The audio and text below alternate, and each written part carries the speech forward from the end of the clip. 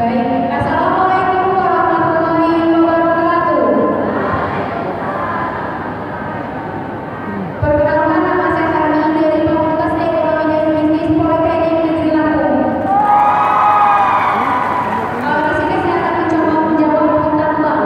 Bank adalah sebuah lembaga di mana dia menghimpun dana dari masyarakat, menyalurkan kembali dalam bentuk pinjaman serta kredit yang lain. Kenapa bank perlu dilakukan pengawasan? Karena ini adalah lembaga keuangan yang sangat berarti bagi masyarakat dan perlu adanya stabilitasan dalam pengawasan keuangan. Terima kasih. Apa ya jawabannya ya? Gambar-gambar ini terakhir mudah-mudahan.